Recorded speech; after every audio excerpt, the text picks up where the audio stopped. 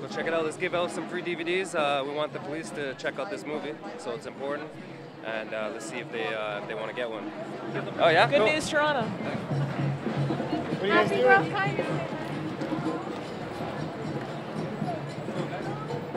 Hi, how are you? Pretty good. How you doing? Well, yeah, I produced the first movie in Toronto. It's called Toronto G20 Exposed. Okay. So we're just giving this out to police for free. And You gave one out that day, did you not? I'm not sure. I've given it out to a lot of police officers because I want them to be aware of kind of what happened. But I don't hold them accountable, you know? It's a G20 issue, but I think it's, they like the artwork because it's kind of a cool DVD. Pretty. Yeah, doesn't it look awesome? Yeah. The back of the DVD cover. You ever heard of Scary Cop Lady? I've heard, yes. Yeah. And then we got Officer Bubbles, you know, infamous, and then the center guy. It's been taken well by police because they want to see what actually happened. You know, they're in post during G20, so they didn't get to kind of move around and see what was happening throughout the city. But yeah, I wanted to give you one. That's okay. It's okay? Yeah, they put us in the Toronto Sun. Joe Warmington, a great reporter, did a feature story on the website, G20 Exposed, Toronto G20Exposed.ca. You can go online and check it out for free. Because you know what? I want good officers to be good officers. And I want to hold people accountable. That's all. Good for you. So I got freedom of speech in this country, sir. That's excellent. You know what? Right. That's what we value in this country. That's right. That's what I value. I'm a real Canadian. I stand up for my country. That's great. When I see people attacking amputees, I stand up for that. And it was wrong what some people did. Right. Yep. Great. Thank you.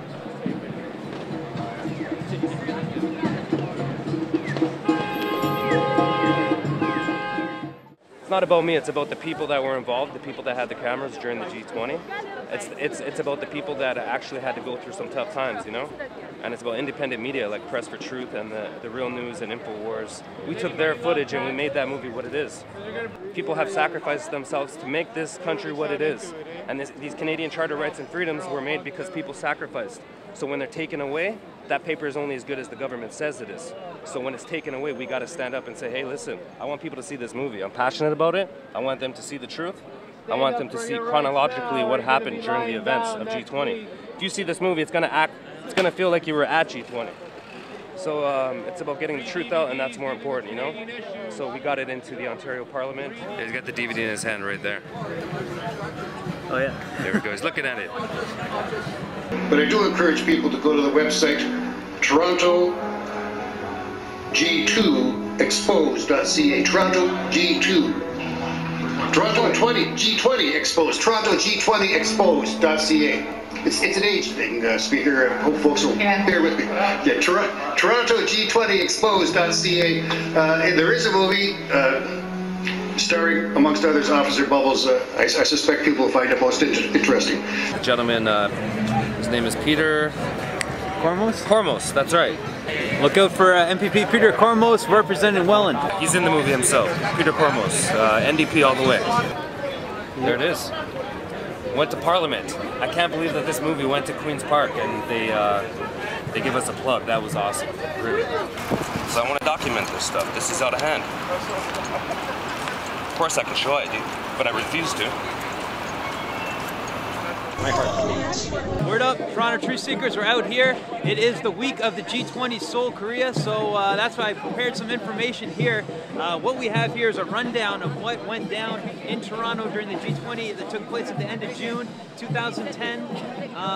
So right here, we start off with, in the middle, I put the final proof of the G20 police farce. That's basically our headline here because of what happened. Basically, in this corner, we've got the police officers with removed badge numbers. No name tags, no badges. You can see the details here, how it was done. We've now found out over 70 officers from Toronto did this. That's admitted, as well as multiple from around the country. We don't even know how many. This guy has a lot to explain for. This is the Chief of Police, Bill Blair, who admits that he requested the 5-meter rule, or the secret law that was passed, the Public Works Act. Right here we've got a picture of the week after the G20 when the citizens, the good people of Toronto, the protesters took back the intersection of Queen and Spadina where the infamous kettle drill took place. The kettle drill was what Sherry Good was stuck in. Sherry Good is the woman who has launched this class action lawsuit. It's in her name. It was a very frightening and disturbing experience. I couldn't believe this was happening in my country. Despite what I went through, I still consider myself lucky compared to the people who were taken and held at the Eastern Detention Center. I couldn't sleep that night. I had to take off work the next day, and I suffered from a panic attack on the way to work the following day. But the biggest consequence of that weekend is that I have lost my trust in the police. Now I am nervous when I see a police car. I consistently look over my shoulder. Sadly, it will take a long time to regain that trust. Finally, I think it's fair to say that the images that many Canadians witnessed on that weekend are images that people generally would not want to see again. And one of the goals of a class action is to see if ultimately the plaintiff is successful, if there are ways of ensuring that situations like that don't occur again in the future. That will be one of the other key objectives of this particular claim. It is a $45 million lawsuit against Toronto police, one of the major lawsuits that's occurred because of the G20. Another major lawsuit right here. Officer Bubbles sues YouTube. Understand? Multiple YouTube users, YouTube commenters, and people that made these Officer Bubbles cartoons here are in trouble under a $1.2 million lawsuit looking to get these videos off YouTube. The videos were removed from YouTube from the original user and then were re-uploaded. They've been seen by more people than ever. Another guy that's got to do a lot of explaining right here, Dalton McGuinty, Premier of Toronto, created the so-called 5-meter rule, this secret law that was passed. As you can see, the absolutely massive security were doing spot checks on basically everyone that was downtown for that weekend. So it was a sign of things to come, the martial law that's going to be, well, who knows when it's going to be declared. But on the back here, we've got a bit more info. One of the major photo ops, major like Hollywood psychological operations in front of the Toronto Film Studios was a major takedown of activists. Lacey McCauley from the U.S., who I actually interviewed. We played the interview on Word of Mouth Wednesday. Another person I interviewed, Elroy Yao, TTC worker, arrested somewhere near Queen's Park, walking to work at Queen's Park Station, was arrested in full TTC uniform. There was about 30, 35 people in my cell, a few which I still keep in touch with, actually. Another interesting point is that one of the cops was threatening me, saying that my weapon, that I am armed for G20, and I was going to cause harm because I had a metal weapon with me, which was my transfer punch. So the best answer to tell him was, you know what, with this, the best I could do is give you a free ride. Mm-hmm. Almost as ridiculous as foam weaponry being confiscated. Medieval role-playing game, contested person that plays these kind of games was at Union Station and had his foam weapons taken. And these were included in the big cache of weapons display. Actually, some of the things that are on display are actually seem quite harmless. From on the surface, they were swimming goggles or safety goggles or bike helmets, paintball helmets. There was some hockey gear, sports gear, also spray paint. There was also some bear repellent. And there's chainmail, a replica 9mm as well. There's also some homemade stuff like a sawed-off paddle. There's some bamboo stakes, as well as a whole bunch of cans of spray paint. But there's also, in among this as well, is what's a sledgehammer. There's also a crossbow and a chainsaw that was taken off a man who was actually, and who was arrested and charged in a separate incident from the demonstrations that happened downtown. And Police Chief Blair did say that that should not have been part of the display here. Here's another pic. This was Mad as Hell headline of the angry protesters the day after the G20, right in front of Toronto Police Headquarters. Bill Blair had a lot to answer for. If you notice in this small article right here, they hid it in the side, but this was a major story throughout the whole summer. Bill Blair vows to hunt down the vandals. They had a most wanted list released all the time. Basically, majority of everyone, all the vandals, most wanted vandals weren't black mask, weren't black blocs, so That's a big question here about how this whole thing was done. Here we've got the headline of the markets right after, everything down. If you notice, right after the G20 Toronto, markets failed to rally. There was no major announcement. The whole announcement was something about a 2013 cutting the deficit. Didn't really save much. This I cut out actually from today's paper. G20's failure means Canada will pay the price. This is a headline from Korea. Same 20 leaders, almost the exact same 20 that were here in June in Toronto. And then, of course, I ended off here with a Toronto Media Co-op just to support the local media outlets. A place you can find more info. Search toronto.mediacoop.ca. Police brutality. There's going to be no probe of the Wild Weekend. So what we're out here doing, we're handing out DVDs. We got G20 Exposed. We've got some DVDs that I made, like the Hogtown Disaster DVD. It's Toronto G20 Exposed.ca. I've explained it to you already. So these people are walking by. Do you guys have ID? You're all supposed to have ID to show the police. They're gonna arrest me for not showing ID. Are you gonna provide ID to me? No, I want to actually document this. I'm a documentary filmmaker. I need your ID. I can show you my ID, yes. Okay, then show it. But I refuse to. We're Canadian patriots here, standing up for the truth. So check it out. You can take a DVD. You can watch it online. Toronto G20 Exposed.ca. I'll be checking out, people.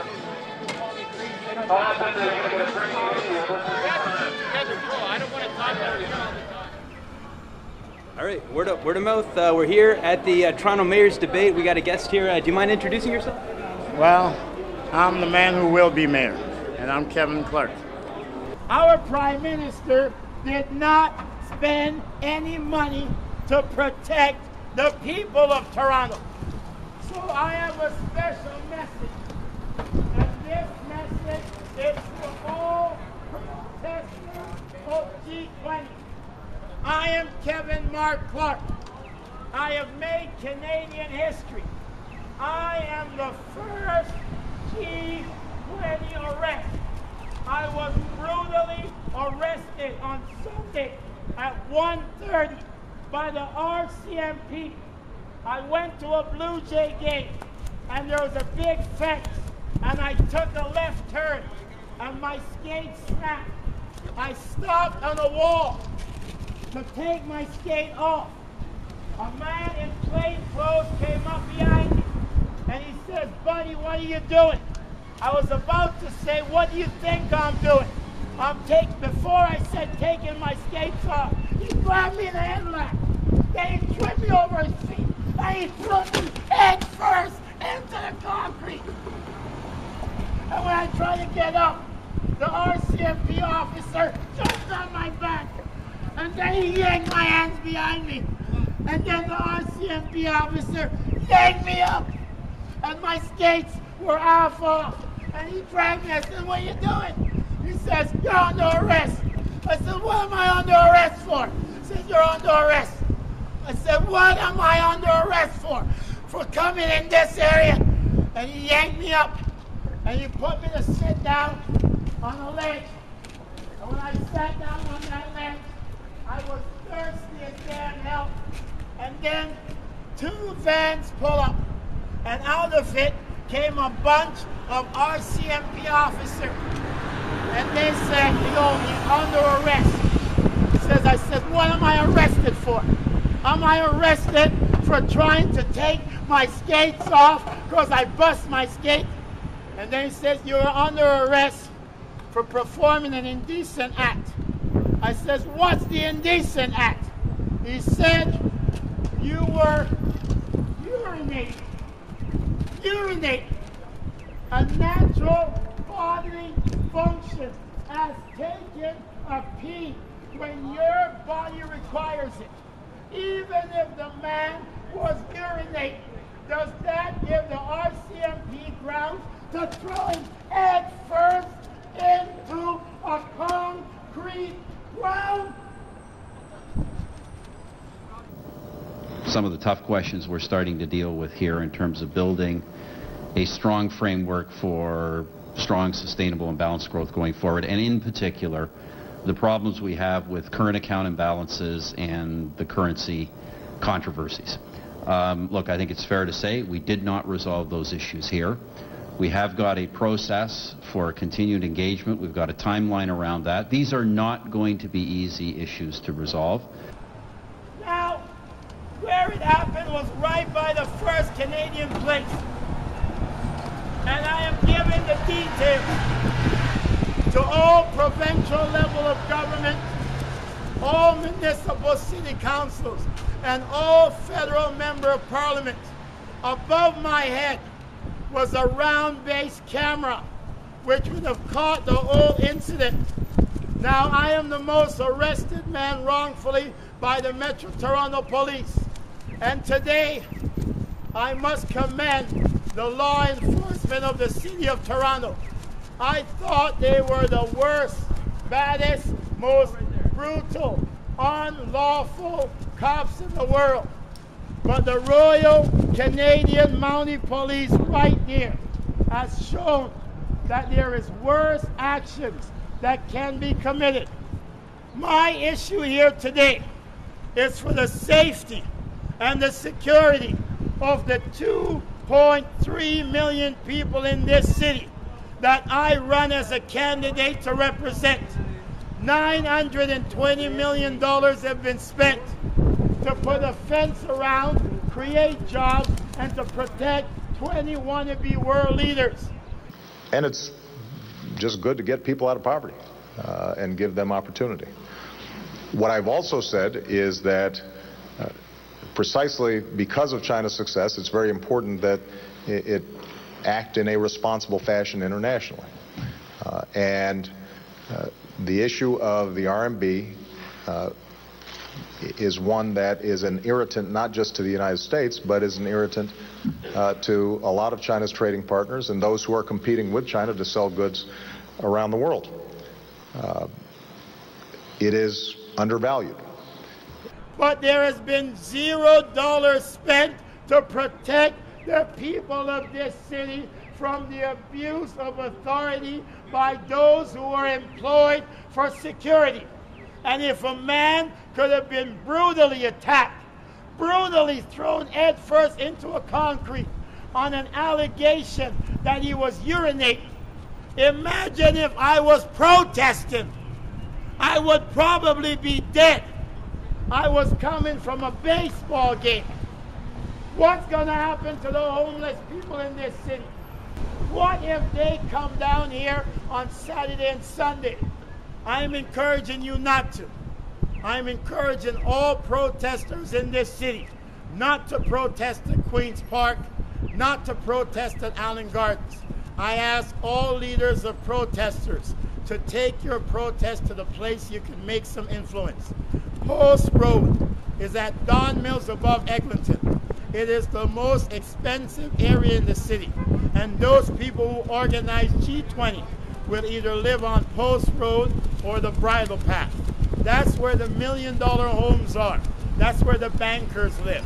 I ask you to take your protest to the Bridle Path and to Post Road and send a message to those who think that when you're given power, that money gives you influence.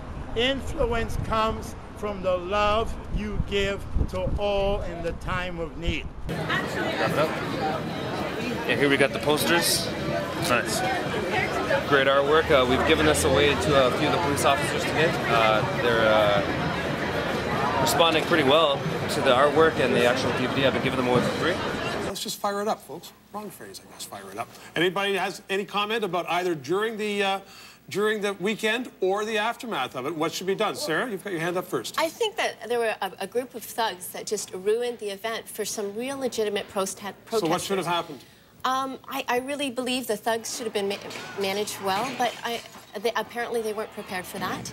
Unfortunately, the legitimate protesters who really wanted to be heard couldn't be heard because all the focus and media attention went towards these damages. I thought what was disturbing, I live in neighborhoods that were affected by Allen Gardens and by Young College and such, is that in a circumstance where there were 15,000 additional police officers in the city of Toronto, that the 5,500, I think, approximate police officers that we have in Toronto on that day weren't assigned to actually protect those things, those neighborhoods, in the way that they normally would. And I think that was really disturbing to people. You know what, you either support the police or you don't support the police here. This is black or white.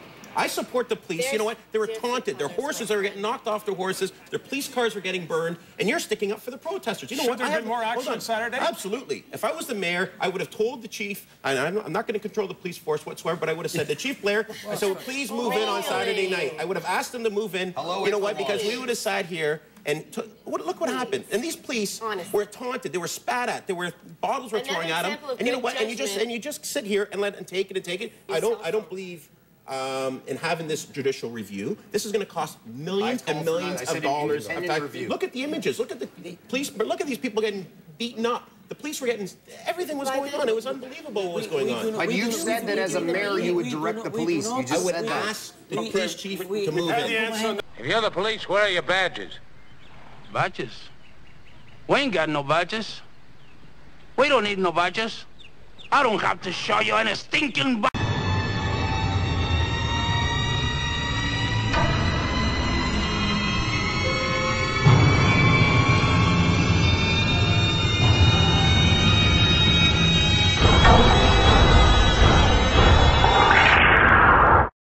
There he is. There we go. Awesome. This is awesome video. Yeah, it's not bad, right? It's good quality. You were there filming it? Yeah, I was. Well, no, I was. These officers that you're mentioning that arrested you that were in plain clothes, were you able to ever find out what if they were Toronto police, or do you know what? I have images of them through YouTube. One of them that berated me the worst was Scary Lady. She's quite popular on YouTube. Yeah. And I've got pictures, not pictures, but YouTube footage of the other two cops, and it'll be up to the Toronto police to identify. They should have been Toronto officers, though. Looking at the back, Officer Bubbles, Scary Cop Lady, Eden Center guy, Steve Paikin, Stephen Harper. Toronto G20 Exposed.ca. There is a movie starring, amongst others, Officer Bubbles.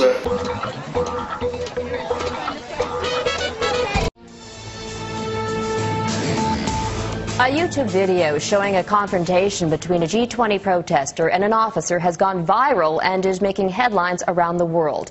Officer Bubbles has quickly become a household name in much of Canada and abroad.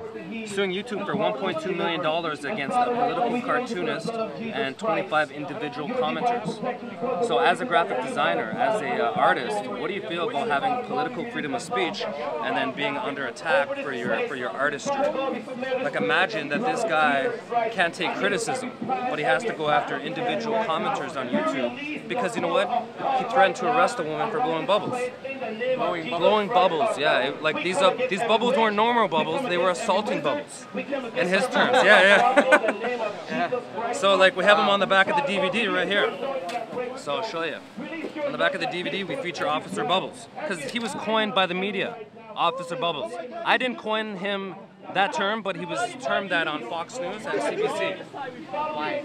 Why? Because, well, it was unprecedented that he would try to arrest somebody for blowing bubbles. If the bubble touches me, I'm going to be arrested for assault. Do you understand? It's a mockery of us making comments because we have the right to criticize. You know, in a free and open and a democratic society, we should have the right to say whatever's on our mind. You know, and Officer Bubbles is going after cartoonists now. Cartoons are now assault. Political free speech is now under attack. But I mean, that's why it sets the precedent that we need to get the information out. And if you want to check out the video, it's Toronto G20 Exposed.ca. And we have the movie there for free. We want people to be informed, to be educated. They can't deny it because the guy from, what do you call it, TVO Ontario, who's known right across the country, said those kids were doing no wrong. They were peaceful. They never heard anything. They didn't set any cars on fire. The Black Bloc, they were the guys who did it. Nobody else but them. See you guys. There's the Toronto G20 Exposed. Do you think the G20 set any sort of precedent? You're aware of the bigger picture, so I mean, what do you think is going to happen in the future if they could do this? This G20 is basically a traveling circus of tyranny, as I like to call it. no matter where they go all over the world, different cities, not only are they conditioning the people to go along with this tyranny, but they also are conditioning the various police forces to enforce these things. I was standing peacefully at the front lines of the G20, and I got my head split open, I got my nose broken, and I got my eyes black as can be.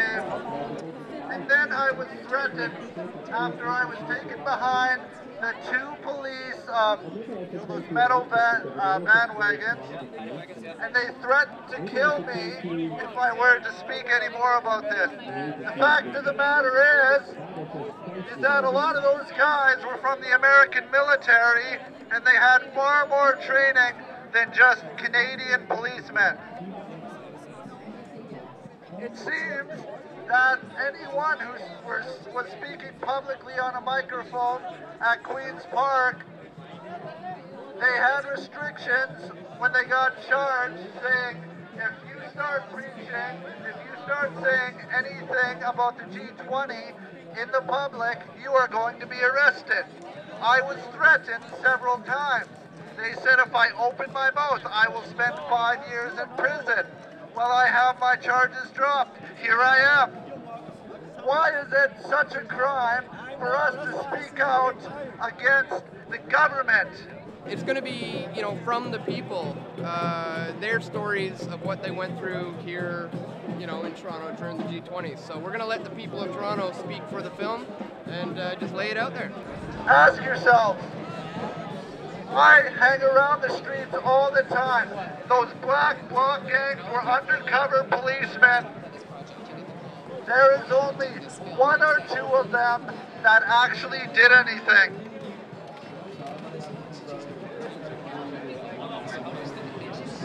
I was held for 30 hours. Many people I know who were arrested, who were on the G20 Most Wanted list, were arrested because their Facebook constantly posted their status. If you want to get off the system, how about you turn off your TVs, you read, and you get yourself off of these social networking sites. We want support from the public. We want them to be educated and to be informed of what happened during G20. Oh no, this is the threat right now. Everyone's going to be arrested if they don't leave. Yet there is no exit. There actually is no exit. There actually is no exit.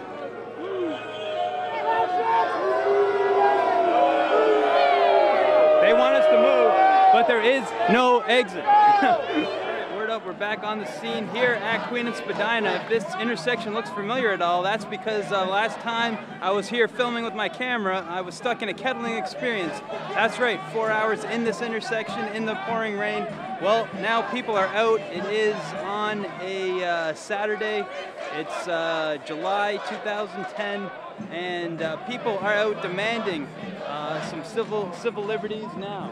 Civil liberties now, an independent inquiry needed. That's the call right now. We're at the front of the march. The march has marched from Queen's Park all the way down to Queen and Spadina, the scene of the kettling drill. We're here. Word up. Toronto Truth Seekers, Toronto Media Co-op, CKLN Radio, word of mouth, word is bond, word. David Miller, the city councillors, Bill Blair, Julian Fantino, and their bosses in the Integrated Security Unit, McGinty, Harper, everyone who is calling for Toronto to forget, for Toronto to enjoy its summer, they must know that we will not be silenced about this.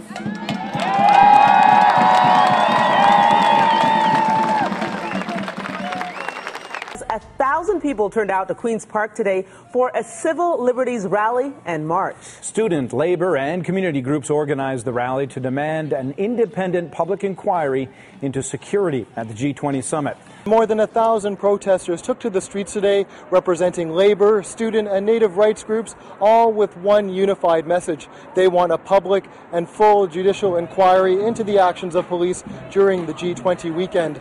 They began their march at the Ontario Legislature, went through the streets, stopping at one of the intersections where numerous people, they say, were illegally detained over the G20 weekend.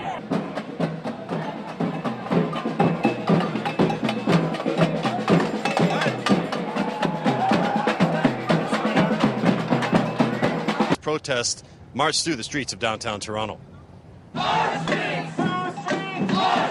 It wasn't as big as expected. Still, about 1,000 people took to the streets today in a protest march. As Canadian citizens, we have the right to peacefully assemble. We have the right to protest. Those rights were trampled on 2 weeks ago. They arrested 300 mostly innocent people at that corner. We're taking the streets back. Demonstrators, politicians, and labor leaders demanding a public inquiry over police conduct during the G20 weekend. We want the full public inquiry. We want to get to the bottom of it. We want to see who was making the decisions. I'm entitled to know why this damage was left to happen with $1 billion worth of policing. Protesters are convinced police overreacted and trampled on civil liberties. Still, few will forget the weekend of violence. Store windows smashed and police cars torched at Queen and Spadina. 1,000 people arrested, some still in custody. It gave draconian and arbitrary powers of arrest and detention to police officers and private guards. And so it's very concerning to our democracy and to the rule of law. And we're sitting here to take this corner back and say the streets belong to the people in this city.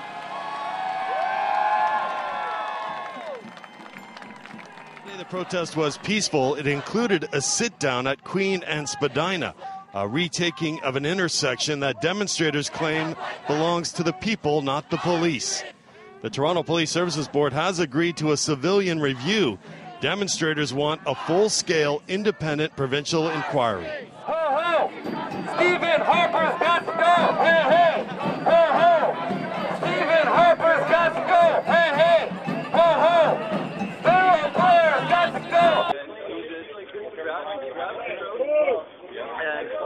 I've totally seen it too, man. Totally seen it. And in Canada, you're allowed to be served in both English and French. French is my first language. They refuse to do that. Really? They give me no explanation as to why I need to move right now. No, dude, I just want to say that's very brave because you stood up for them. And I've seen too many people today get arrested violently, so I was just concerned about you because they're not really acting like human beings today. Well, I know some people don't like it. It's a loss of national sovereignty, but it is a simple reality. It is a simple reality. Merci beaucoup, mon ami. Bonne chance avec aujourd'hui.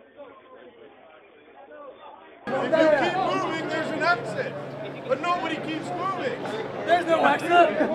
We're surrounded. We're surrounded. Where is it? That's it. Just communicate. You're just marching. Why don't you communicate? Communicate there's a fucking exit. You're just marching. You're just marching. Say so. Where's your loudspeaker? I'm the producer of Toronto G20 Exposed.ca. We want the public to know what happened during G20. We're calling for a public inquiry. And we got the movie here. It's the documentary that you should see. So we only want people that are interested. If you want to know the truth, this is the DVD to have in your hand. Mainstream media isn't going to show you the real stories that weren't broadcasted. Was for no reason, according to many demonstrators and people who were just at this intersection.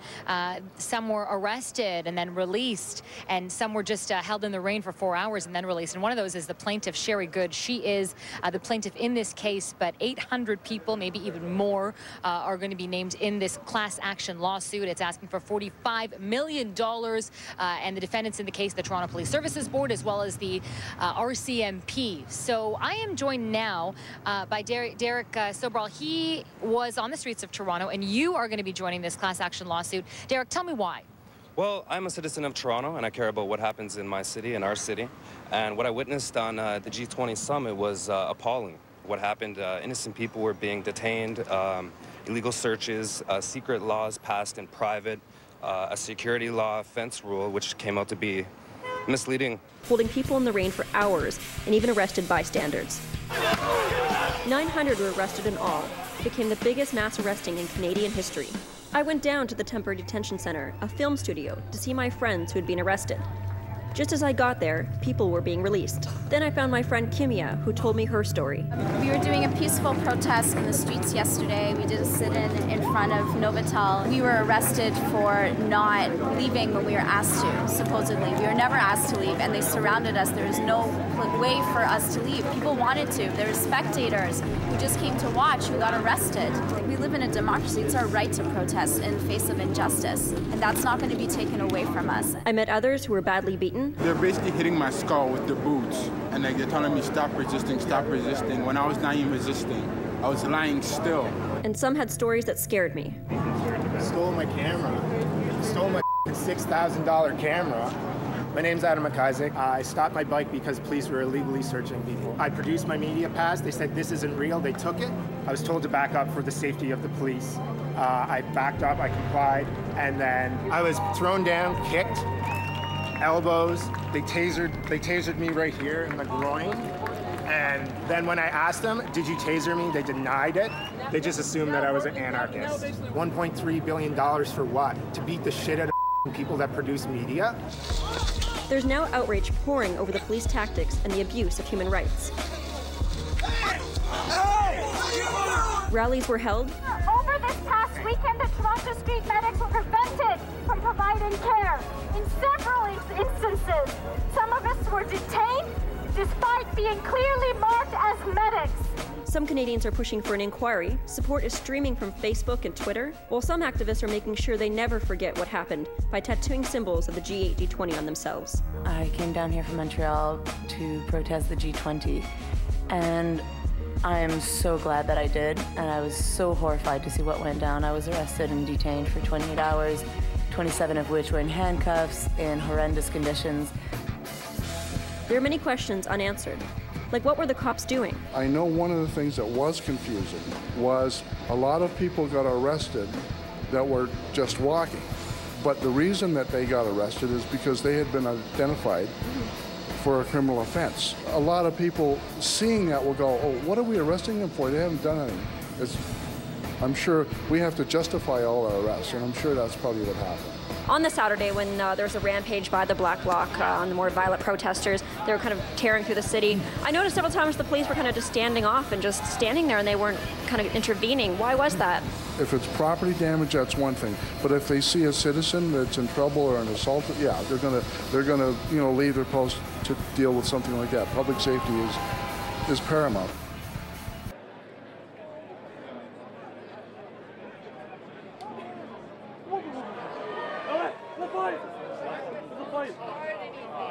Don't fight.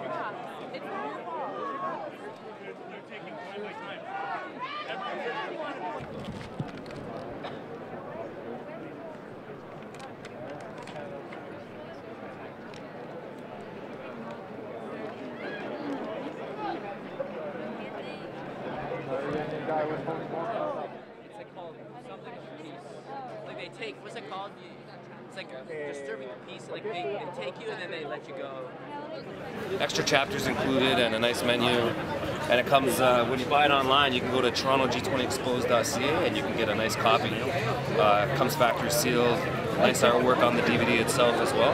And we do recommend people make copies and hand them out to them. The G20 investigative team unveiled pictures of 11 outstanding suspects wanted in connection with summit unrest. So far, police have made 17 G20-related arrests, including a number this week. They face a total of 41 criminal charges. Detective Mike Carboni says police have the public to thank.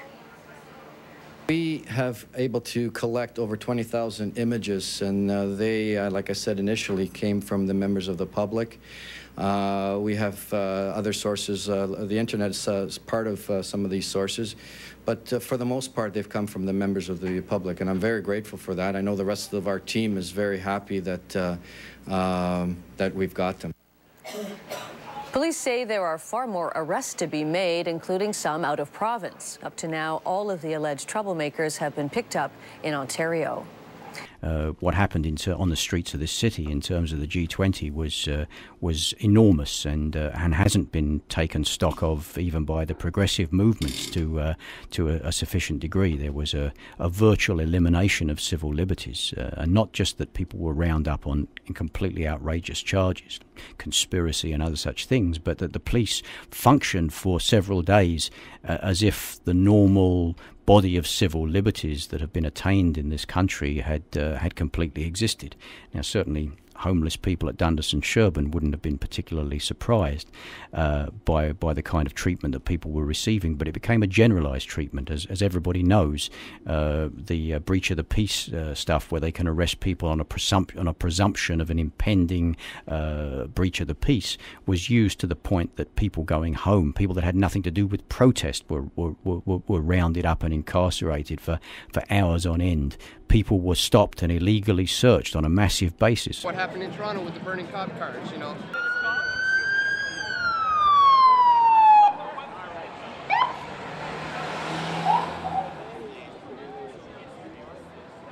Cops were kind of just chilling and you know, just waiting for their cue to move. Then we turn around and walk back up north, and then all of a sudden the police vans come boom, boom, boom right up to College. Stop there, everybody getting out of their vans and then putting their equipment on and gas masks and gloves and shields and everything like that. It was quite the thing. And our own Peel cops were there too, right in front of me.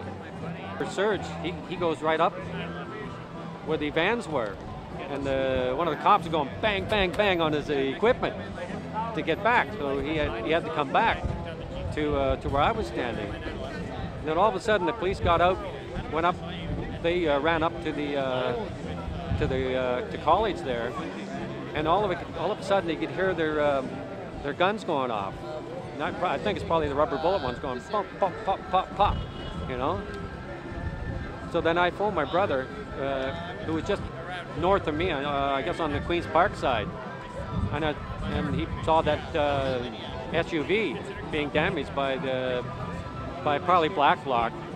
I said, so what were the police doing at the time? And my brother actually said that the police were actually doing nothing. They did absolutely nothing. They didn't even engage these people. He says once black bloc got their cue to move in, then black bloc moved out, and the police got their cue to move in afterwards to secure the whole area. So that's when everything started happening. And we moved more east, back over here to Dundas Square. Once we reached here, we just decided to stay here and just hand out information. So, and then while we were doing that, just up Yonge Street, where the black bloc were coming up, where no police were being involved in this, the black bloc were going up there, smashing all the windows, which I could hear from here, and some guy yelling and screaming at the top here. And I didn't want to go up there afterwards, so I decided to stay here, give out information, and then eventually decided to pack it up and go home. So I walked up Yonge Street, through all the glass on the side of the road, stuff like that. Still a lot of people hanging around, a lot of workers from some of these stores up here were boarding up their windows and sweeping up all the glass and stuff like that.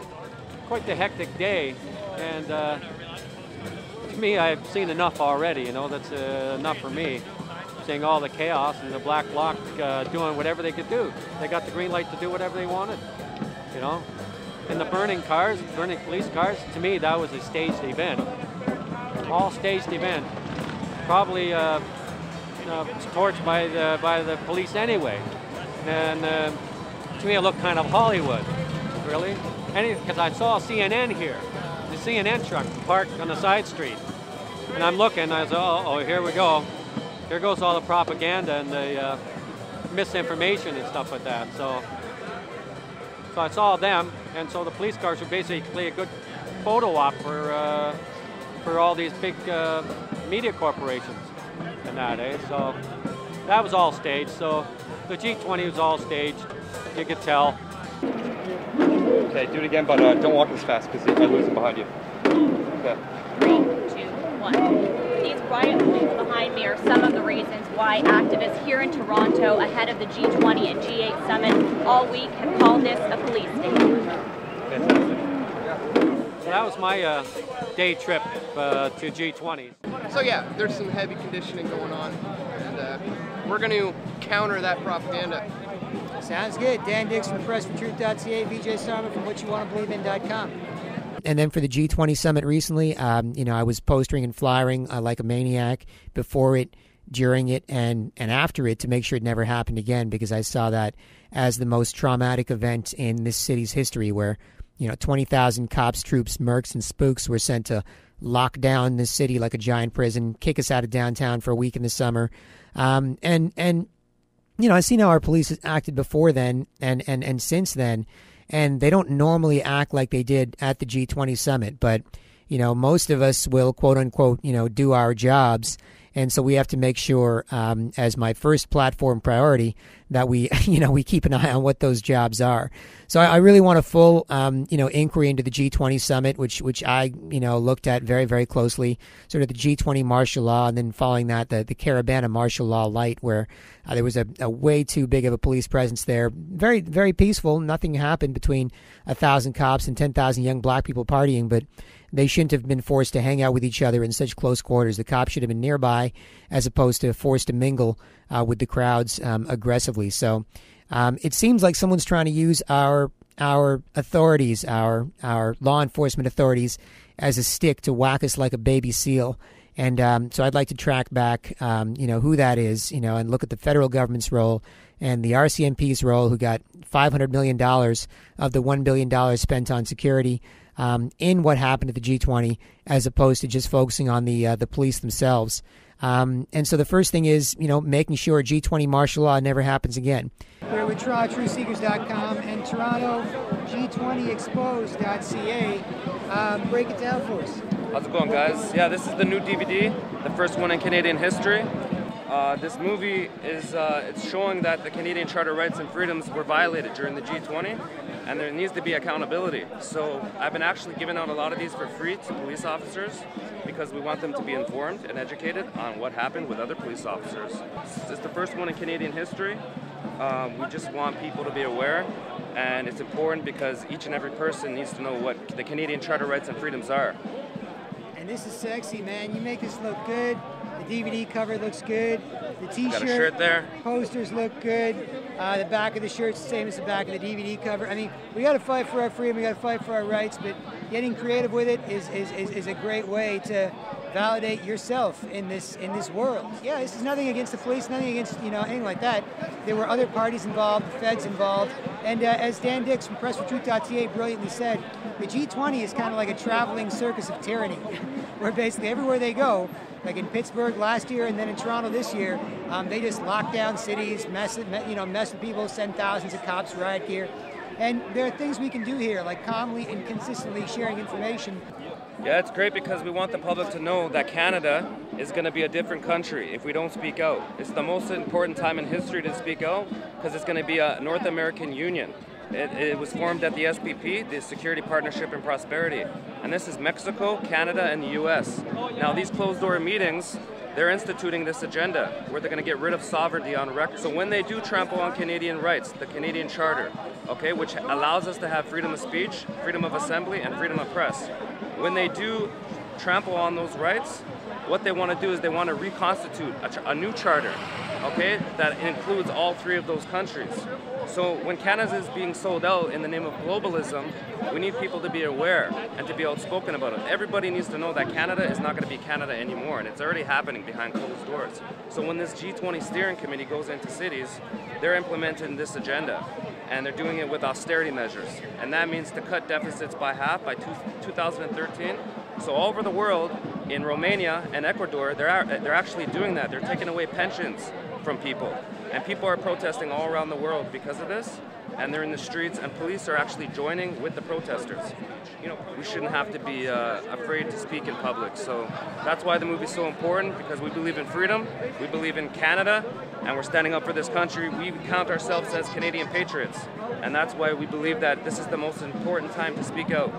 2010, pretty close to 2012, the North American Union. For more on that, see PressForTruth.ca, the new film United We Fall, where Dan Dix, Brian Law, the filmmakers, interview many top globalists, as they're known, basically high-level bureaucrats in the Canadian government, American government, who implement or draft legislation, like legislation that merges us into a European Union-style trading bloc for an eventual merger into a world government trading system. So there's a bigger agenda at work, folks. See Toronto G20 Exposed.ca for more on the G20's part in all this. See pressfortruth.ca, see youtube.com/supportlocalscene.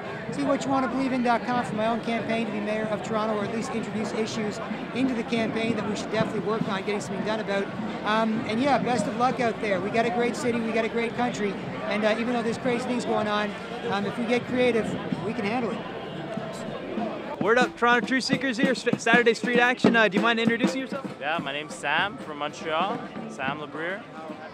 And I was just saying, my buddy Danny and his wife, they were at the G20. It's too bad they're not here to give the story themselves, but they were arrested at the G20 in a gymnasium. They were sleeping with a bunch of other Quebec protesters that had come down. They were being sheltered at the university in a gymnasium, and the cops came in, just woke everybody up and took everybody out. He was in jail for, I think, 45 hours, and she was in jail for just under 65 hours, like 62, something like that. So it was definite like psychological torment and trauma on them. They were definitely traumatized for weeks afterwards. Police state brutality at its finest. For real, for real. Do you think that they were? Do you think that they were targeted because they were on the campus, the university campus? Like, do you think the U of T was targeted? Or? Yeah, they were targeted because they were protesters. They were from Montreal, and after the fake black bloc false flag attacks on downtown Toronto, the police had every reason that they needed to just do mass arrests, you know, with no evidence at all. And so that was just another one of the many mass arrests that they made in the day or two after the Black Bloc false flag riots. And he was just in court the other day, and as many people were. And the Crown, or whoever, the prosecutor, admitted that they have no evidence whatsoever on them. They have no video footage, no photos, no testimony from any one of them doing anything wrong. And yet they are being arraigned on these charges. And it's like, well, how?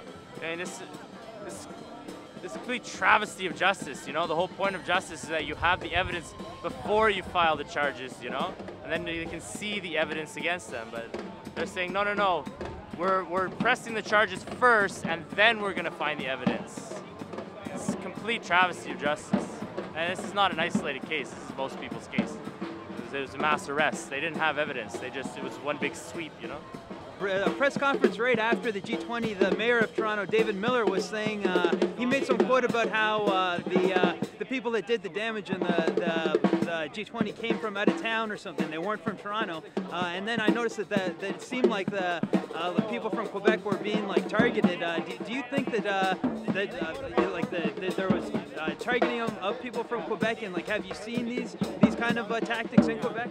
I think definitely the rivalry between Toronto and Montreal allows for easy scapegoating amongst the general Toronto populace of Montreal protesters.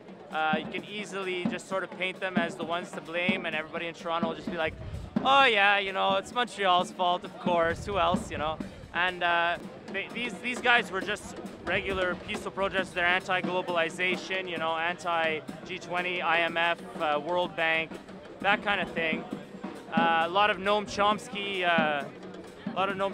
fans and things like that. These people are not violent police car burning people. They were sleeping peacefully in a gymnasium, and they were just rounded up for no reason, with no evidence at all. The truth of the matter is, these people were just peaceful protesters like everything else. Like, the Black Bloc were not real protesters. They're police officers. The truth about that is coming out more and more every day. It's only going to be a matter of time before citizen journalists expose the Black Bloc once and for all. The tactic is getting more and more useless by the day for the police to use, because we're all waking up and realizing that it's not actually protesters, it's actually the police under those black masks. What we saw at the end of June was the G20 here in Toronto, and it was basically like martial law lockdown of the whole downtown Toronto. So I guess like with where we're at in this day and age, like at this time, do you think that it's like, are you seeing a lot of your past things that you've written about in the Mohawk Nation News coming true? What are your thoughts on the New World Order that's emerging here? Well, I see that a lot of non-native people who stand up to the authorities are being, falsely charged, being brutalized. They're beginning to be treated like native people. And I think it's kind of shocking to people to be treated like that. And somehow, we've grown up knowing that that's the way we're treated, with disdain, with with violations of our human rights, racism. This we've experienced all our lives from the day we're born. And so now non-native people are experiencing it, and I don't know if they know what to do. If you notice behind me, there's some folks with signs. A couple dozen people here. The rally has not quite started, but organizers tell us they're hoping for about 100 to 200 people. This is in solidarity with the G20 defendants. We have got a police service that bows to no one. We have got a police service that does not listen to the civilian oversight that is put in place, does not listen to their community. And we need a police service that acts a lot differently than the one we saw at the last weekend of June. The other thing I want to remind all of us, for those of us who up until that weekend had not had much to do with police officers in Toronto, let alone OPP and RCMP. Police officers wear a name badge, something that identifies them, so that when you or I are confronted with an aggressive, overbearing, arrogant officer, we know what their name is, we can take a complaint forward. What did we see during the G20? No badges covered up, torn off, almost no ability to hold officers accountable for what they're doing. In 2005, no, earlier than that, our former police chief, Julian Fantino, wanted the ability to strip search everybody who was detained by the police service. That's what he asked for in 2002. Toronto Police Accountability Coalition and other activists said, no, you have to abide by the Supreme Court decision. It's a golden decision. Look it up. You can only strip search someone if you have a bona fide reason to believe that they are carrying weapons upon their person, or if they are carrying drugs. What did we see during the G20 arrest? Mass strip searches. Our next speaker is Jonah Hundred, who is currently working on the support committee for the 17 organizers charged with conspiracy. These people were arrested in house raids Saturday morning and picked up out of cabs on their way to press conferences and off the street on that day before any of the property destruction happened on that day. They are not accused of violent crimes. These people were targeted for their politics. These people were targeted because they are effective community organizers.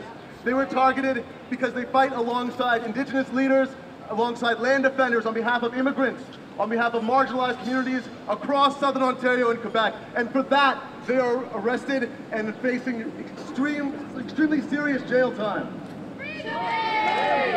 For one thing, we are now faced with raising over hundreds of thousands of dollars for the Legal Defense Fund. And that is money that could be spent elsewhere, but we need to do this to support all these defendants. It is important to support all of the G20 defendants.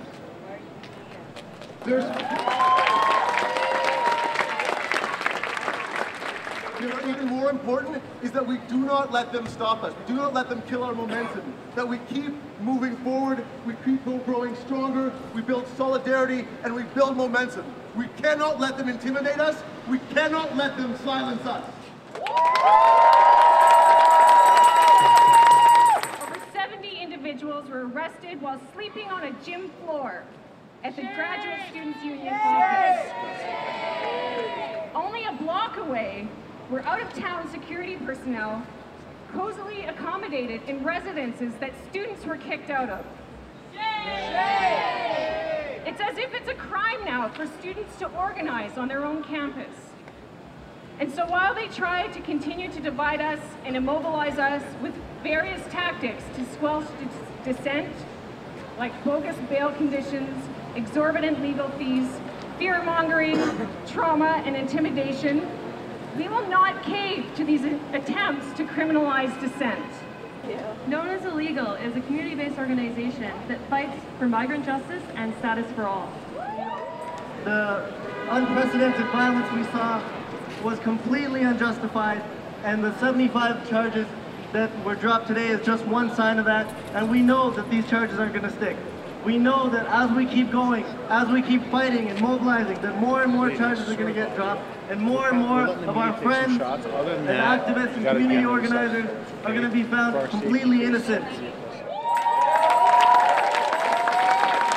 Whether you're facing detention and charges because of the G20, whether you're homeless on the east side and facing police harassment, whether you're an immigrant facing deportation at the hands of the CBSA, we are not going to leave you behind, and we are going to keep fighting until everyone is free.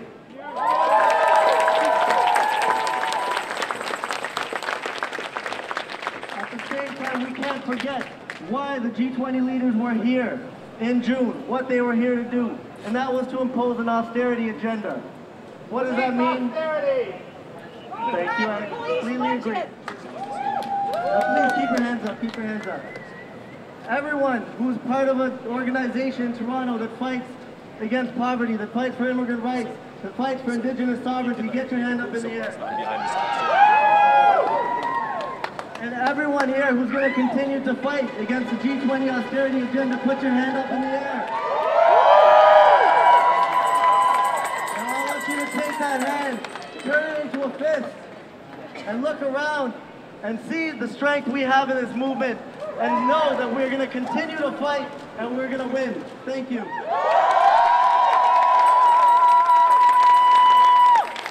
Many of those charges were actually dropped today, and I think that it's really important to think about what that means. That means that those people whose charges were dropped, the police and the courts know that they don't even have a shred of evidence. And it's not just those people, the people whose charges were dropped. It's lots of other people. There were also many people who were offered diversions, which basically means, if you're offered a diversion, that basically means that you can pay a little bit of money, $50, $100, and have your charges dropped, okay? Now, I don't know why paying some money... We're not saying that everybody has to leave, we're saying that officially the official program for the rally is over. My name's Barry Weisletter. I'm a co-editor of Socialist Action newspaper. These people have a right to demonstrate and to voice their opposition to the G20 agenda, and that's actually what I would like to talk about, if that's okay, because while it's important to defend civil liberties against the police and the state, we shouldn't lose sight of the economic agenda, which is the cause of the protest in the first place. Unfortunately, a number of people in groups that were heavily infiltrated by the police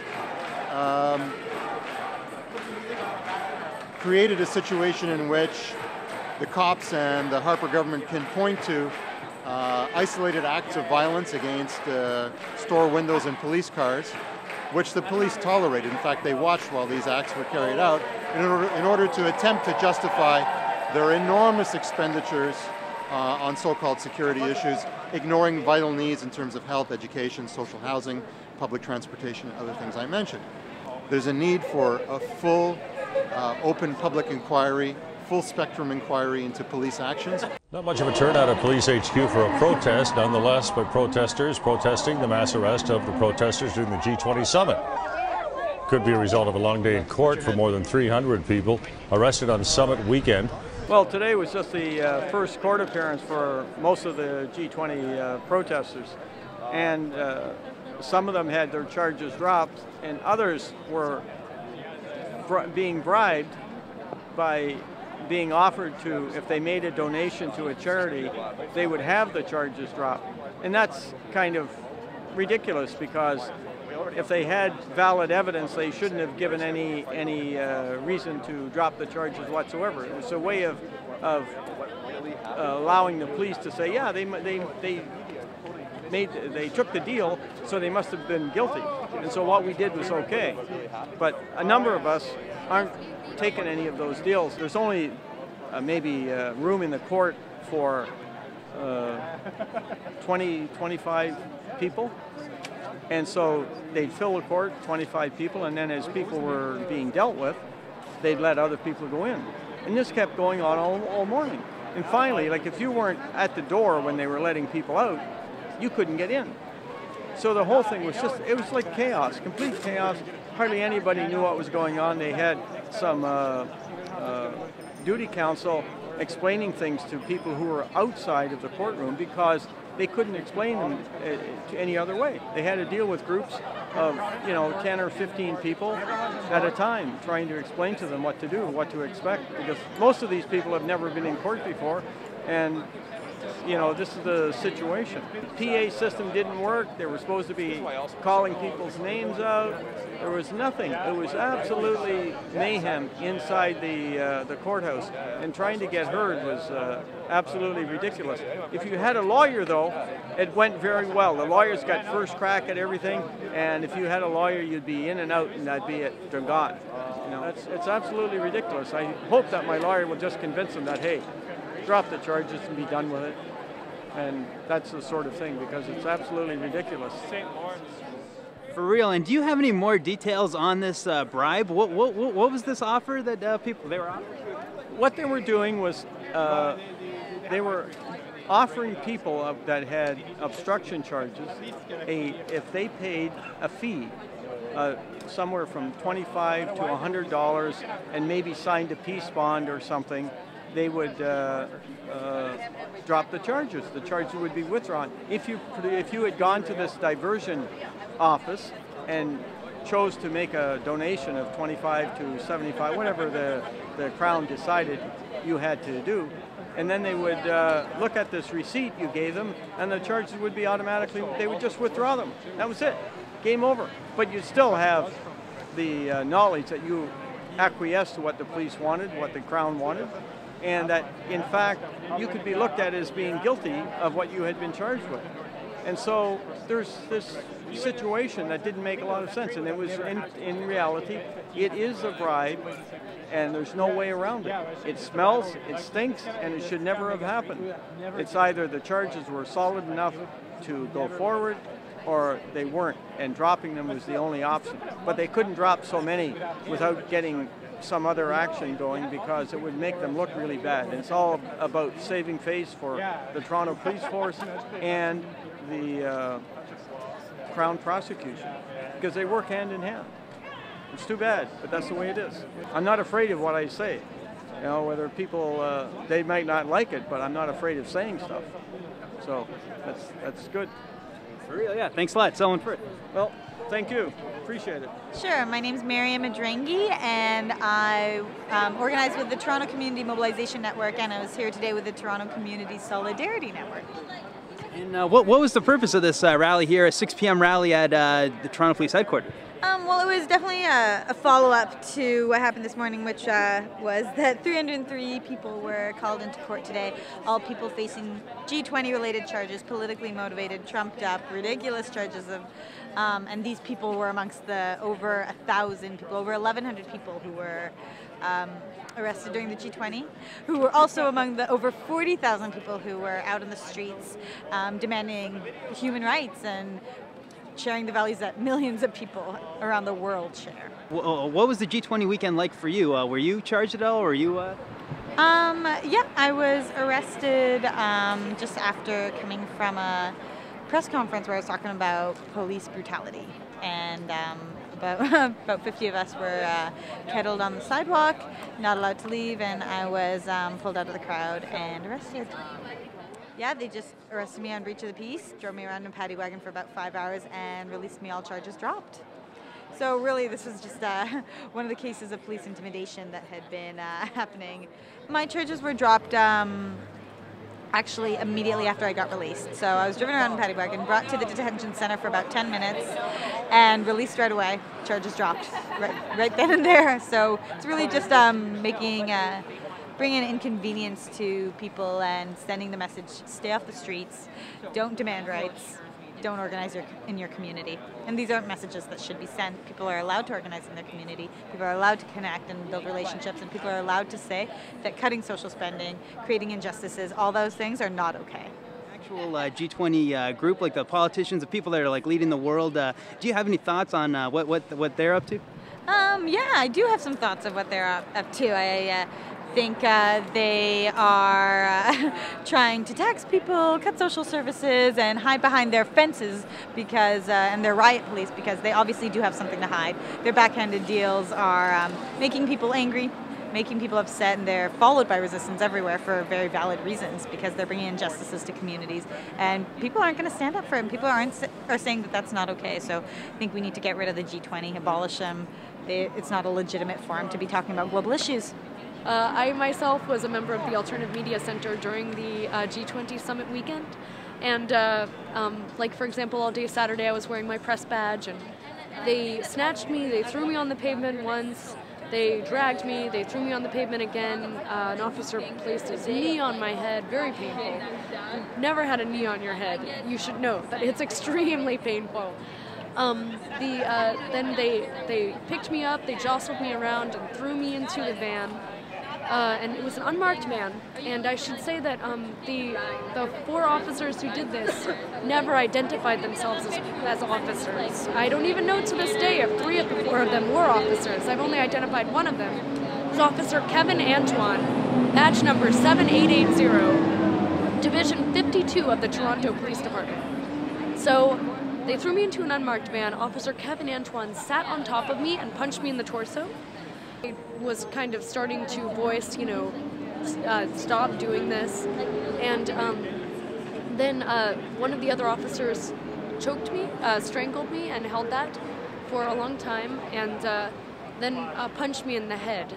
And I just started, you know, loudly saying, I'm a good person, I don't know why you're doing this to me. They drove me into the temporary police station right there on Eastern Avenue, and they arrested me and kept me in jail for 2.5 days. The long line of defendants. It's a fiasco and it just needs to end. Hundreds of G20 court dates at once. My charge was withdrawn today immediately. Who went free and who is still facing the law? You said you were shot. Tell us where you were shot. Right here. And that's a police bullet? This is a rubber bullet. There was another one in my sternum. Thank you. There are a handful of charged who did not come by bus today. They have been in custody since the G20. Those charged with conspiracy who were arrested before the violent march. For many, it was a quick court appearance. Some coming a long way to have the charges dropped. I came all the way from Washington, D.C. just to have my case withdrawn because, of course, they don't have a case. The head crown explains that many were let go today if they made a charitable donation.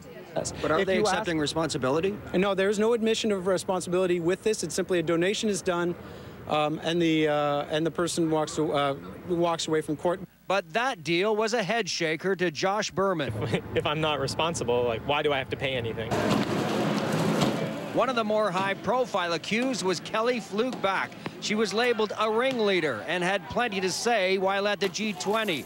Today, after getting out of court, she didn't have too much to say at all. Yeah, sorry, I'm not really talking to press at the moment. I'd be happy to at a later date. You know you got a message to say, right? That's why you're here in the first place. So what is the message? Yeah, I'd be happy to give you those messages at a later date. But the man responsible for leading the prosecution of the G20 cases doesn't see it that way. The determination of whether it's in the public interest to proceed with the case is entirely independent and different than the reasonable and probable grounds that the police have to lay it in the first place. Stand up, wait in line, and they drop charges. Me and my colleague both have our charges dropped. And yeah, they're just shuffling people through. They seem to be dropping the majority of the charges. National Post photographer Brett Grunlock and several dozen others arrested during the G20 protests had their charges dropped today. Grunlock was taken down while covering the Queen's Park protest. Obviously, there was excessive use of force, and it's being shown right now. If they're not getting convictions, then they're proving that they're wrong, right? Within minutes, several walked out. Their charges dropped. I'm now a free man. I'm not a property of the state, which is nice. National Post photographer Brett Grunlock had 2 charges dropped. He spent 2 days in jail after being arrested as he photographed this riot at Queen's Park. Who looks bad now, right? Like, their job is to get convictions, and they're not getting convictions, so what were they doing that day? More than 1,000 people were arrested during that weekend. Of the 303 people in court today, 110 came from Quebec. While some protesters were relieved to have the charges withdrawn through the diversion process, others are refusing to take it. I feel I do have a duty, since I was arrested unlawfully and detained unlawfully, to not accept an agreement like this, because I'm paying for having that done to me, and that seems wrong. The cases of the so-called Black Bloc protesters, alleged to be responsible for the burning of police cars and the damage to downtown businesses, alleged ringleaders and those facing more serious charges were given dates to return to court. For yet another brush with the law, they came by bus from Montreal. I was in jail like 63 hours, and the first time I changed, my charges dropped. So see, they make a mistake. Some faced short-lived prosecutions. I went in and my charges were withdrawn. Sorting cases for some 300 people happened outside. The other hundreds didn't have to be in the same day in the same courthouse. Lacey McCauley considered it a waste of time. Basically, they had no case against me because I was very maliciously charged with a charge that was completely false. She was summoned all the way from Washington. Like her, dozens had their charges dropped, but not the majority. I'm hoping that all the charges get dropped for everyone, but I think at this rate it's a circus. People are just being run through a factory. This is not justice. In a record mass arrest for Canada, police detained 1,100 people. About 300 were charged, rounded up in 3 main incidents. Everybody out of the park! A rally at the Ontario Legislature, a skirmish outside the detention centre, and a downtown showdown. People in court today are being charged and prosecuted not because of any actual crimes, but because of their opposition to the G20. Some of the most serious charges have been leveled against so-called Black Bloc anarchists. But some of these accused facing less serious charges have the option of donating to charity for a clean slate. They're trying to keep the number of people in the hallways down so they can comply with safety around the fire code. When I was out there, I saw a lot of people being beaten by police. I saw a lot of people arrested for not doing anything other than protesting peacefully. Okay, thank you, Jessica. There's a lot of speakers been speaking to that today. They're hoping the Crown's going to withdraw it. I don't think that's going to happen. I spoke with the Crown earlier. They say they are reviewing the cases. There's certainly an expectation that some, maybe the number of 75 is floating around, maybe withdrawn. People also getting disclosure today. And that means no trials here today, Brad, but it will be continuing on. We've seen a lot of folks from all over, including a couple of busloads of people coming in from Quebec. Brad? Yeah. The hallways inside are literally overflowing with those waiting to appear in one of 3 courtrooms designated for today's hearings. Many of those appearing today were arrested at Queen's Park on June 26th. Those facing lesser charges are being offered peace bonds and ordered to pay a small donation to charity. Mayoral candidate Selwyn Firth said no to the deal. Basically be accepting guilt for what happened to them. And as a result, they may not be able to eligible for class action lawsuits. Minutes after her charges were dropped, Natalie Gray showed the injuries suffered after being shot with a rubber bullet. She questions if police will ever be held to account. I would like the 3 officers that assaulted me to be held criminally responsible. The one who shot me without any reason, and the 2 that jumped on me, and I was the most terrified I've ever been in my life. The exact number of those who had their charges dropped is not yet known. A class action lawsuit is now underway. Knowledge is power. Understand what's going on for you. The other part, too, is to understand what the perpetrator, and I'm going to use the term perpetrator for the police, okay? The perpetrator had their own psychological tactics. We saw the physical tactics that they were using, the sound cannons, the rubber bullets, you know, their batons, all of that were the physical tactics. The psychological tactics is the detention, the kettling, isolating people, you know, monopolizing perception. You know, just a lot of different things. In fact, Amnesty International in 1973 published Bitterman's Chart of Coercion, which actually talks about the psychological tactics used by perpetrators. You can go to the website and see the movie for free. So it's a recession, and not necessarily everybody can buy the DVD, but if they want to see it, it's free for the viewers. We want everybody to see the information. What are your thoughts on how the movement handled the G20 demonstrations? Well, there were a number of different issues that came up around tactics. Even on the left, quite frankly, a great deal of the discussion has been around issues of once the confrontation broke out on the Saturday, of some windows getting smashed and this kind of stuff. I think the point, however, is that is really important to us is, first of all, is that if we have a movement that's worth anything, we're going to defend people. We're not going to, out of some craven desire for respectability in the media or fear of disapproval from the state, refuse to fully support all of our brothers and sisters who find themselves under attack, and we better be doing that. But the other question is, I think that the main tactical split that occurred was not between some people wearing black clothing and other people. The split was between the bureaucratic trade union leaders and NGOs of respectable NGOs, whose perspective in challenging the G20 is to try to put together a respectable voice of appeal to capitalism to be somewhat more humane than it's been than it's been to date, and to organise events that are calculatedly as squeaky clean as they possibly can be, to literally coordinate them, choreograph them with the cops.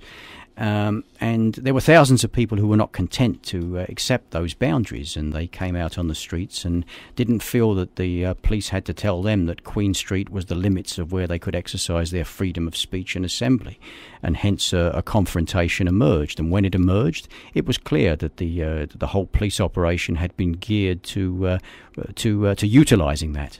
That after the initial period of confrontation, the next 2 days were dominated by this incredible dry run for a police state. What happened there was unprecedented, the most arrests in Canadian history.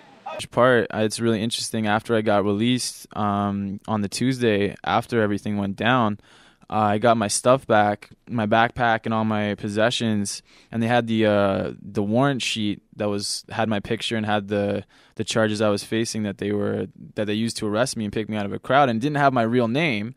It had my MC name, Illogic. So they didn't even know who I was. They just knew me as Illogic. So definitely, that was a big part of why we were arrested, was because of the music, and that's why they were targeting us. To me, it's become a fascist state. With what happened with the G20, I think it was a dress rehearsal for what's going to happen now. The toys that they got now, all this new equipment that some of them, I guess, they used at the G20. I was at the demonstrations.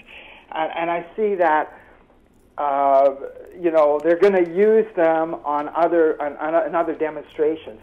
And I think it was in July that Harper said he was going to be making more cuts to all the different social programs, and this is kind of coming down the line where they don't care anymore. They're just following orders, I guess, what they say from Chief Blair. But at the same time, that we still definitely have to fight back. We have no other alternative. It was a demonstration here at Ryerson. Yes. For Alex Hundred, man that they've accused a lot of with this G20 the conspiracy mastermind here. of mayhem, allegedly. Right. Well, what are your thoughts on this Alex Hundred situation? What are you thinking about this? The whole thing is pretty scary, in my opinion. Like he was arrested before anything happened on the Saturday. His house was raided by police in the middle of the night with guns drawn.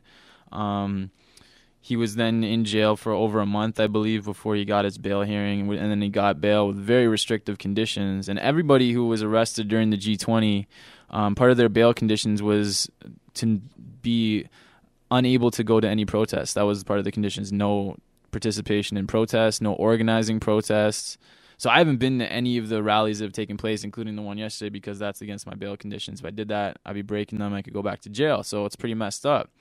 So anyways, what happened with Alex about almost 3 weeks ago now, 3 weeks Friday, he was speaking on a panel at Ryerson University. It was not a protest, it was not a demonstration of any kind. It was inside. He was invited by Judy Rebick to speak, and he spoke at the panel. And when he returned home, he was greeted by 7 police officers and RCMP officers, who then brought him back to jail.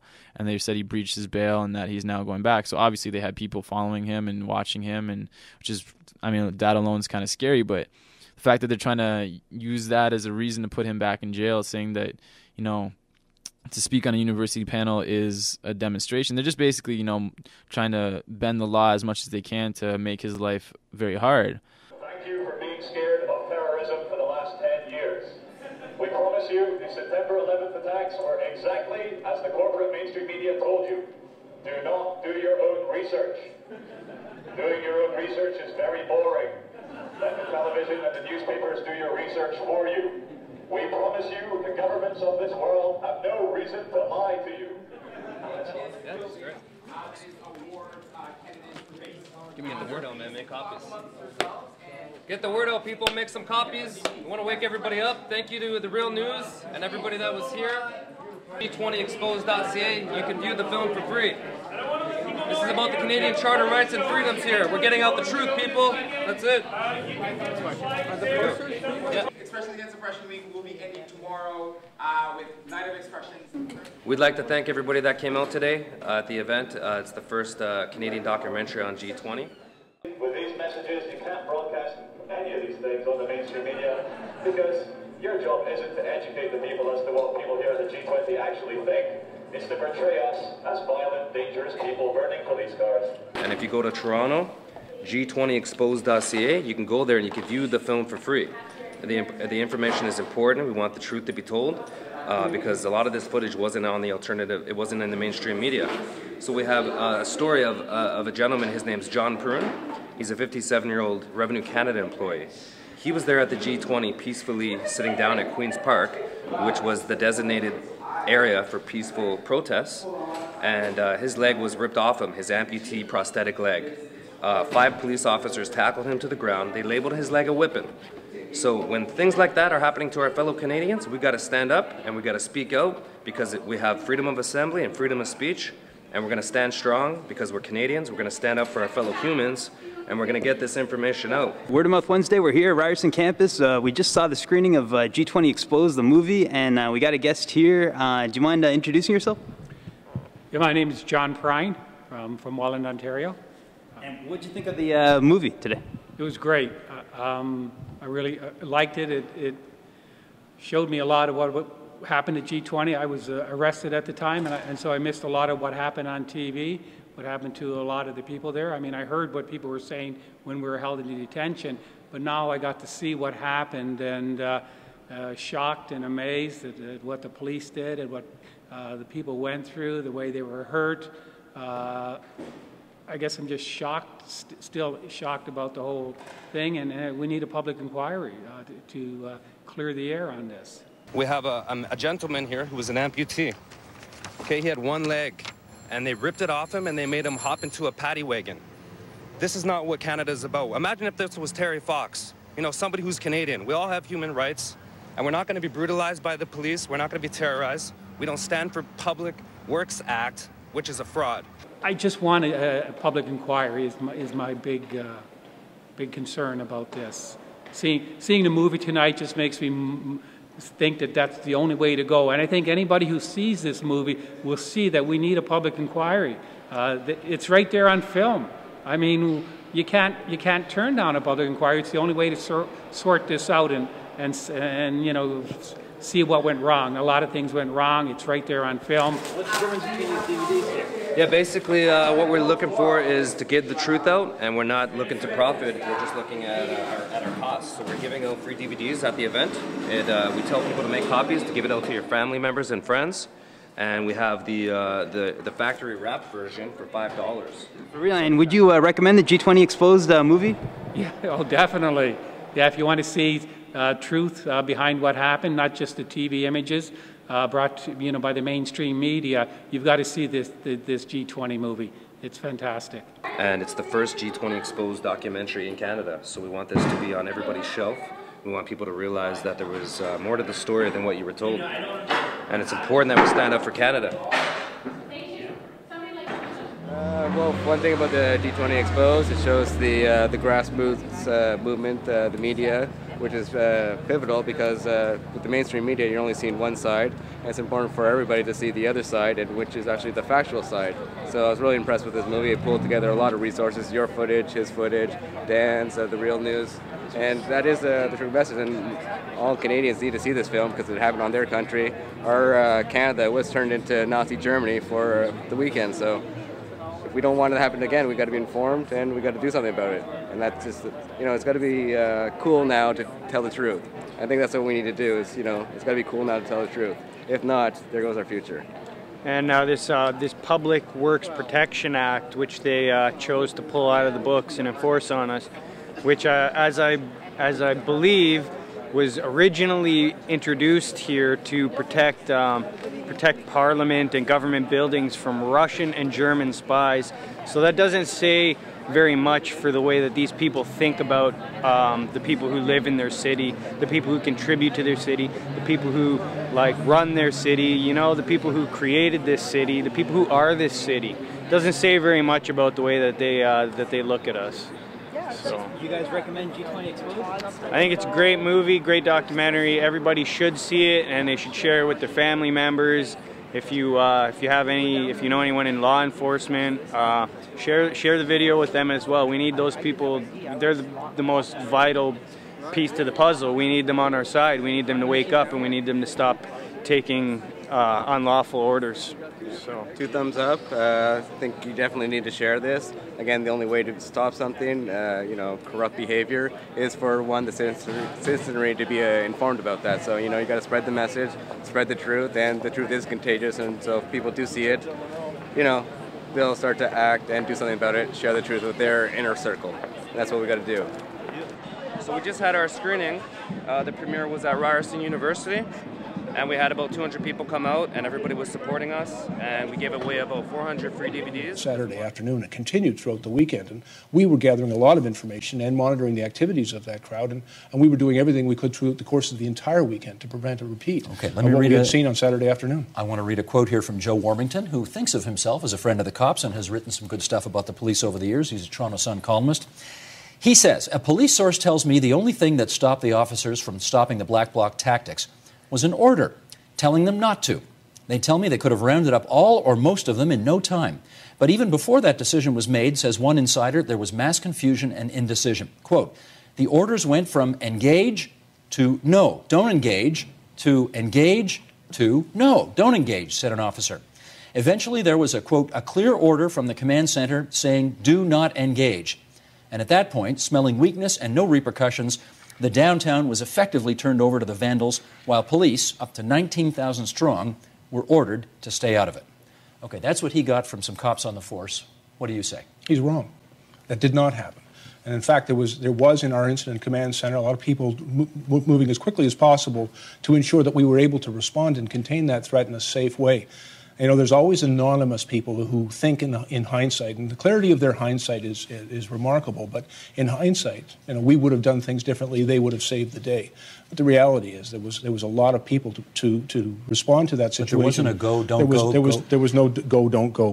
The people that are on the ground were not restricted from making tactical deployments and responses to what they were seeing. All right, so that is the chief of the Toronto Police, Bill Blair. That is his thoughts there on this article that came out in the Toronto Sun of anonymous officers that were saying that they received an order to stand down. That is why you can watch the G20 Exposed documentary and see this riot group trashing the city for, well, it seems, how long do you think it was? How long, Adam? How long do you think? What's your estimate? Witnesses have said it was about an hour and a half, and it took place over about 24 blocks.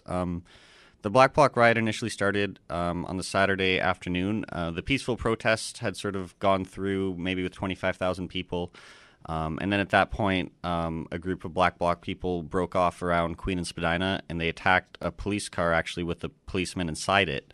So even right there, everyone should have been aware that, hey, these guys are committing vandalism, they're dangerous, they have weapons, they had sticks and hammers and things of that nature. So after that happened, you can see in the video that there were police sort of outside the Much Music building, all sort of along Queen Street at the intersection of Queen and University. And as the Black Bloc riot headed east down Queen Street, you see all the police standing down and pulling back and basically clearing the riot route for them. So they went east on Queen, and then they turned south down Bay Street to King, right in the financial district. That's where they set 2 cars on fire in that intersection. Then they went over to Yonge Street, and then they went all the way from Yonge and King all the way up to Yonge and College, smashing windows the whole way. And during the whole time on Yonge Street, you could see maybe a few cops, but they were just standing back, letting it happen. There were a few cops at the intersection of King and Bay, but again, they were all standing back. And then once they got to Yonge and College, then they went basically back to Queen's Park. They got rid of their black disguises and sort of blended in with everyone.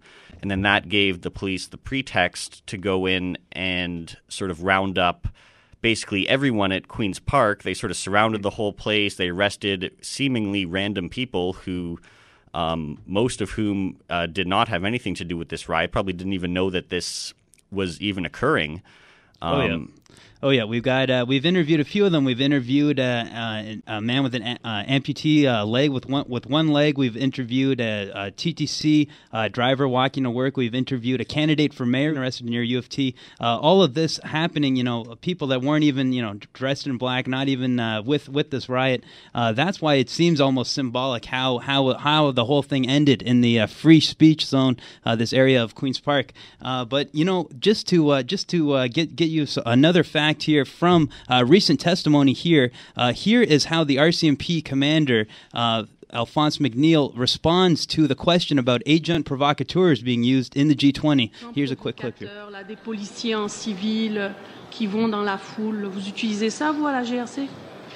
No, we don't. Not for the purpose that the expression that you're using is used for. We have people in civilian garb who blend in with the crowd to advise us of the movement of the crowd and what tactics they may be using, but not to provoke or incite or anything of that nature. So he is saying that there were officers within the crowd. I guess he's saying RCMP officers. Well, if he's the commander of the RCMP, but I guess he was commanding the whole operation. He did say that there were officers in the crowd advising them, providing intelligence, I guess, of what's going on.